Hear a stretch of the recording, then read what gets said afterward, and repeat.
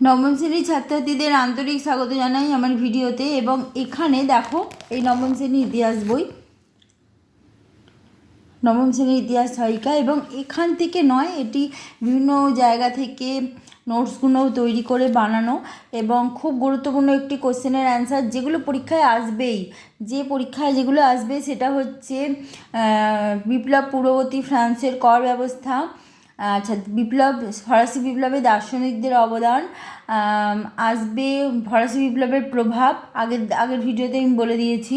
আচ্ছা, আর আসবে জাকোবিন শাসন, ঠিক আছে, বিপ্লবে শহর গ্রাম এবং নারীদের অবদান, এই সবগুলো কিন্তু আসবেই, ঠিক আছে। এছাড়া ছোটো কোশ্চেন হিসেবে তো অনেক কিছুই আসবে, অসিয়া রেজিম, টেনিস কোর্টের শপথ, অভিজাত বিদ্রোহ, ঠিক আছে, এই সমস্ত কিছু তো আসবেই।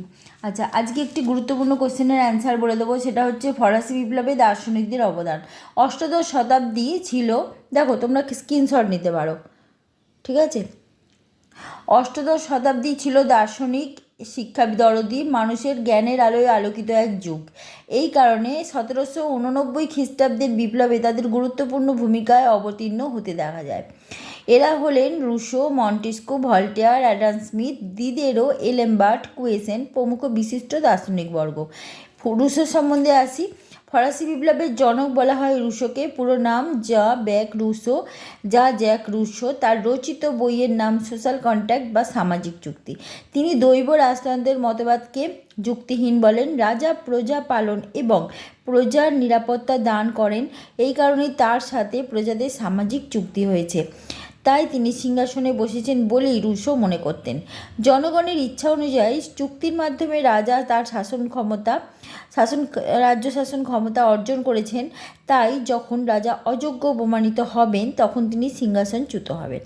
তিনি স্বৈরাচারী ফরাসি রাজার বিরুদ্ধে সোচ্চার হন এবং সাম্য, মৈত্রী, স্বাধীনতা প্রতিষ্ঠায় জনগণকে সাহায্য করেন।